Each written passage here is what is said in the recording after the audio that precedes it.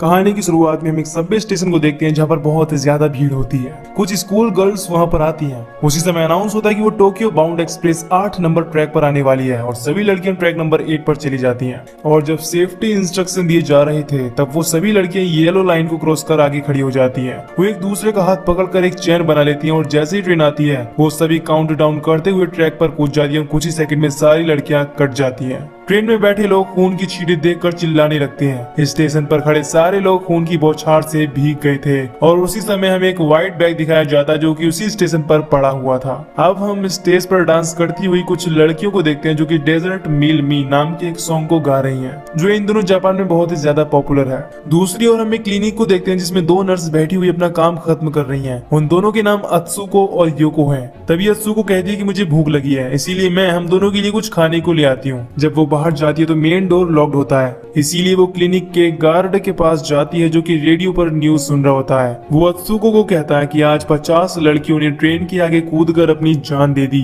लेकिन अत्सुको उसकी बात पर यकीन नहीं करती और वो मेन डोर को खोलकर खुला छोड़ देता है ताकि वो वापस खाना लेकर अंदर आ सके। जब गार्ड वापस अंदर जाता है तो उसे न्यूज से पता चलता है कि वहाँ पर 50 नहीं बल्कि 54 स्टूडेंट्स थी जो कि अलग अलग स्कूल से थी। तभी उसे बाहर की ओर कुछ हलचल महसूस होती है, लेकिन जब वो वहाँ पर जाकर देखता है तो उसे कोई नहीं मिलता। योको गार्ड को कॉल करती है क्योंकि अत्सुको को बाहर गई काफी देर हो गई है और वो अभी तक नहीं लौटी थी, लेकिन गार्ड कहता है कि जैसे ही वो वापस आएगी मैं तुम्हें इन्फॉर्म कर दूंगा। उसी समय नर्स को खिड़की के बाहर से पुलिस सायरन की आवाज आती है और जब वो खिड़की के पास जाती है उसी समय सीन चेंज हो जाता है और हम सिक्योरिटी गार्ड को देखते हैं। 10 बज चुके हैं लेकिन अभी तक अत्सुको वापस नहीं आई थी, इसीलिए वो योको को कॉल करता है लेकिन उसे कोई भी रिस्पॉन्स नहीं मिलता। जब वो खुद टॉर्च लेकर वहाँ पर जाता है तो उसे वहाँ पर कोई नहीं मिलता और उस रूम की एक खिड़की भी खुली होती है जिसे वो बंद करता है। तभी पावर कट हो जाता है और चारों ओर अंधेरा छा जाता है। उसी समय अत्सुको वहाँ पर आती है जो बताती है कि पास का कोई भी स्टोर खुला हुआ नहीं था, इसीलिए मुझे कुछ दूर जाकर खाना लाना पड़ा।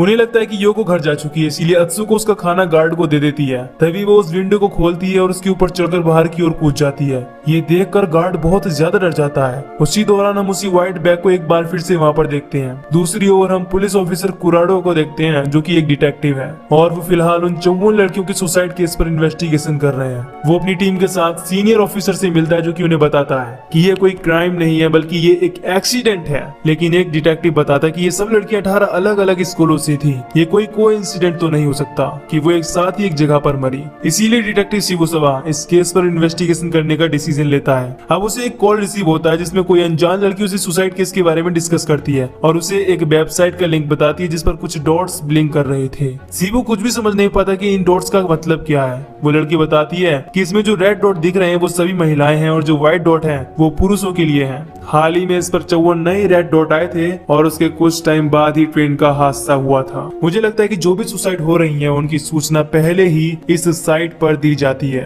और अब यहाँ पर 4 नए रेड डॉट भी आए हैं, इसीलिए आपको पहले ही सावधान हो जाना चाहिए। तब तक आपको इस वेबसाइट को ट्रैक करके इसके प्रोवाइडर को ढूंढना चाहिए। वो लड़की अपना नाम बैट बताती है लेकिन ये उसका रियल नाम नहीं था। शिबु उससे कुछ और पूछता उससे पहले ही वो कॉल कट कर देती है। ये 27 मई का दिन होता है और उन्हें उस नर्स के सुसाइड की इन्फॉर्मेशन मिलती है, इसीलिए वो वहाँ पर जाकर उस गार्ड से पूछताछ करते हैं। तब उन्हें वहाँ पर वो बैग दिखता है जिसे खोलने पर उन्हें उल्टी सी होने लगती है क्योंकि उस बैग से बहुत ज्यादा बदबू आ रही थी। उस बैग में इंसानों की चमड़ी का बना एक रोल होता है जो कि अलग अलग लगभग 200 लोगों के स्किन पीस से बना हुआ था।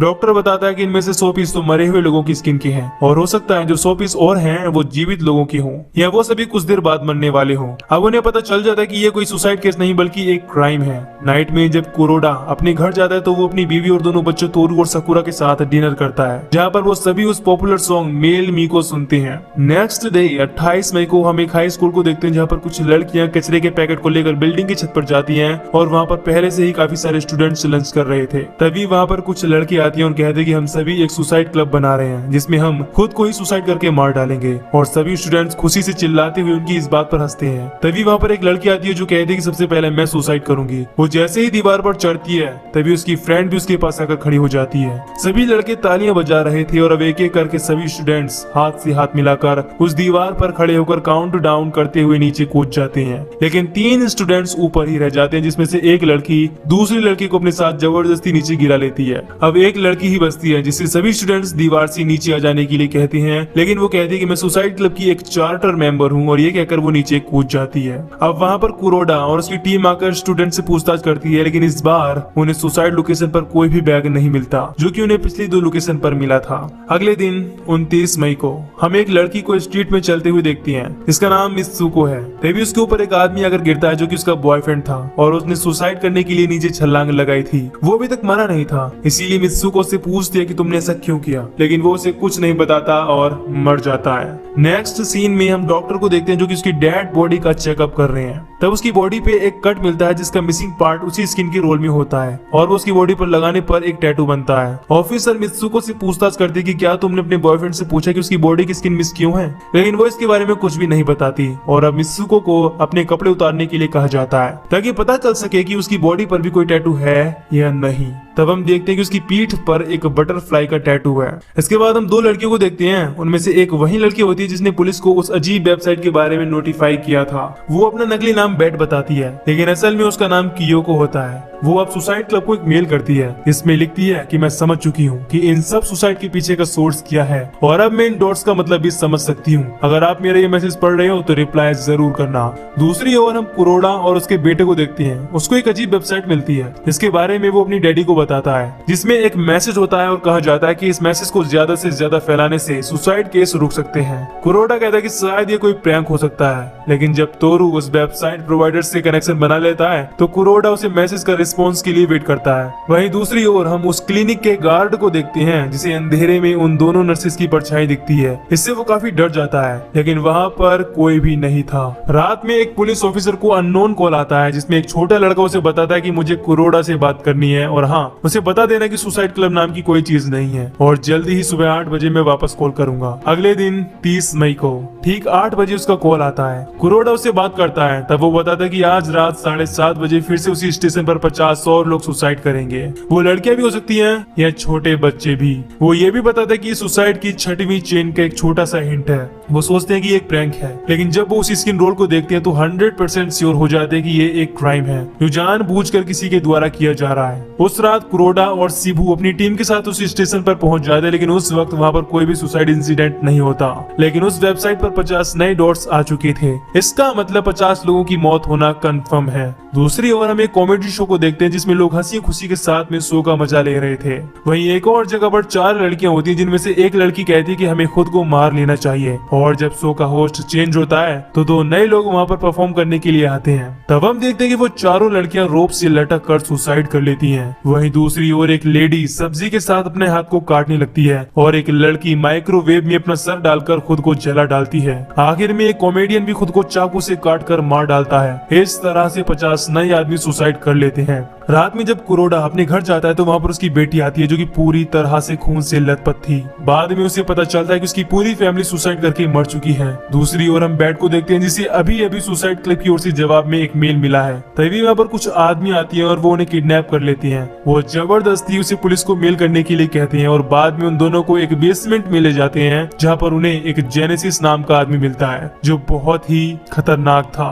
वो गाना गाते हुए अपने लोगों के द्वारा लड़कियों का रेप करवाता है और आखिर में उन्हें मार डालता है। कुरोडा अपनी फैमिली को खो देने से बहुत दुखी हो जाता है और अब उसे उसी छोटे लड़के का कॉल आता है। वो लड़का अजीब सी बातें कर रहा था, जिसे सुनकर कुरोडा भी सुसाइड कर लेता है। इसलिए अब शिबू किसी भी हालत में खूनी को ढूंढना चाहता था और इसके लिए वो अपनी टीम के साथ वेबसाइट प्रोवाइडर्स को ट्रैक करने की कोशिश करता है। उसी वक्त हम बैट को देखते हैं जिसे जेनेसिस एक चादर में बांध देता है, लेकिन किसी तरह वो चलते हुए कंप्यूटर तक पहुंच जाती है और वो सीधा पुलिस से कांटेक्ट करने की कोशिश करती है। उस कंप्यूटर के ऑन होने की वजह से शिबू को उसकी लोकेशन मिल जाती है और वो तुरंत अपनी टीम के साथ वहाँ से निकल जाता है। अगले दिन 31 मई को हम न्यूज में देखते हैं कि जेनेसिस और उसके साथी पुलिस के द्वारा पकड़े जाते हैं और वो ये क्लेम करते हैं कि हम ही सुसाइड क्लब को मैनेज करते हैं और ये सारे मर्डर्स हमने ही किए हैं। अगले दिन हम मित्सुको को देखते हैं जो अपनी बॉयफ्रेंड के घर पर उसका हेलमेट वापस करने के लिए जाती है। तब उसे उसके रूम में मेल मी सॉन्ग का एक पोस्टर मिलता है जिसमें हर लड़की के हाथ की उंगली एक पैटर्न में गायब होती है और जब वो उसे अपनी कीपैड मोबाइल में लिखती है तो वो सुसाइड वर्ड बनता है। तभी उसके बॉयफ्रेंड के मोबाइल पर रिंग बजती है।